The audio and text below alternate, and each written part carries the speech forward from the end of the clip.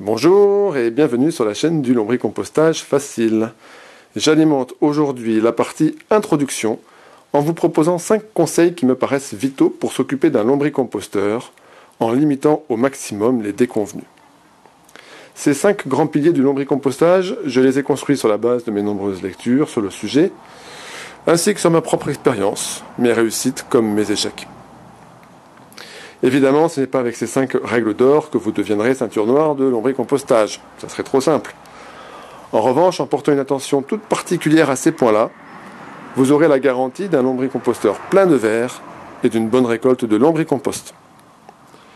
J'expliquerai de manière plus détaillée dans des vidéos individuelles chacun de ces conseils.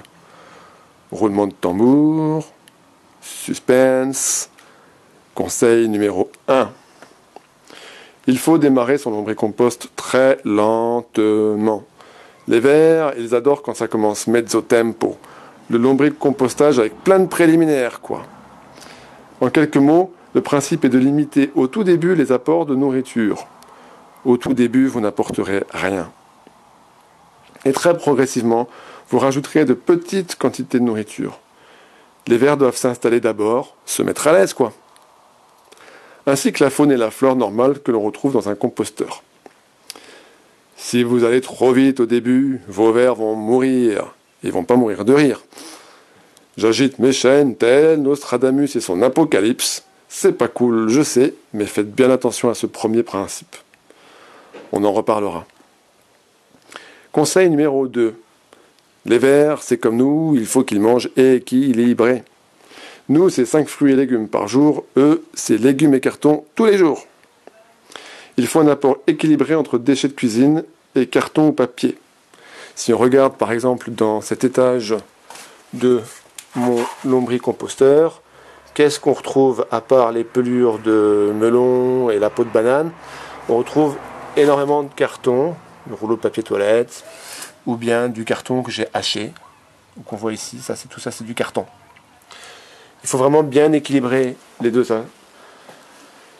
Il faut bien équilibrer les deux, sinon on va avoir des problèmes. Sans cet équilibre, les vers ne vont pas être bien joisses. Ils vont rester tout chétifs, ils ne bougeront plus, et l'histoire va finir triste. En plus de garantir un régime alimentaire approprié, équilibrer les déchets verts de votre cuisine et marron, les cartons ou papier, permet d'apporter une structure aérée à votre composteur. Et c'est le point de départ de mon conseil numéro 3. De l'air dans votre composteur. Il faut de l'oxygène pour que ça marche. D'ailleurs, si on veut faire son malin scientifique, dans un lombricomposteur, on veut uniquement une décomposition aérobie, avec de l'oxygène. L'autre, la décomposition anaérobie sans oxygène, celle qui pue, est mortelle pour vos vers. Une réponse simple que je détaillerai, la Wonderful Touillette, autrement appelée la toutouille magique. Elle se présente sous cette forme-là. Hop, je vais montrer en plan plus large, paf, comme ça. Avec cette toutouille, je remue très régulièrement mon compost, ça le décompacte et ça fait rentrer de l'oxygène à l'intérieur, et favorisant donc des conditions de dégradation aérobie. Celle qu'on veut pour un lombricomposteur. Autre truc en lien étroit avec le précédent, si vous n'êtes pas sûr d'avoir bien respecté les conseils du dessus, le meilleur moyen de détection d'une erreur reste votre nez. Sentez vos déchets dans votre composteur. Toute odeur forte de décomposition est caractéristique d'un problème majeur dans votre milieu. Si ça pue, il faut agir vite, sinon c'est grave. Très grave. Terrible même. Enfin, dernier conseil. Imaginez avoir une super peau de bête, un feu, un bon repas, une bonne bouteille et Miss ou Mister Univers à vos côtés ne sert à rien sans une maison autour. Sans la maison, vous pelez en hiver et vous cramez en été. Pour les vers, figurez-vous que c'est pareil. Ils ont besoin d'une maison, d'un endroit pour vivre. Et cette maison, c'est pas le lombricomposteur à proprement parler, c'est la litière. La litière se présente sous plusieurs formes. Voilà un exemple. C'est du carton que j'ai haché. et qu'il faut au préalable humidifier pour mettre dans votre bac. Cette litière, c'est la zone de vie, la zone de repli ou de survie pour vos vers.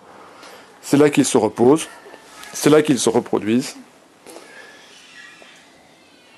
Je croyais jusqu'à l'année dernière qu'ils se contentaient de vivre dans les déchets en décomposition et je n'avais pas de litière.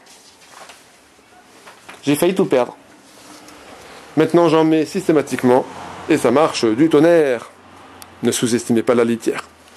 J'espère que cette vidéo vous a plu. Si c'est le cas, dites-le moi. Sinon, dites-le moi aussi afin que je puisse m'améliorer et progresser. À bientôt, salut.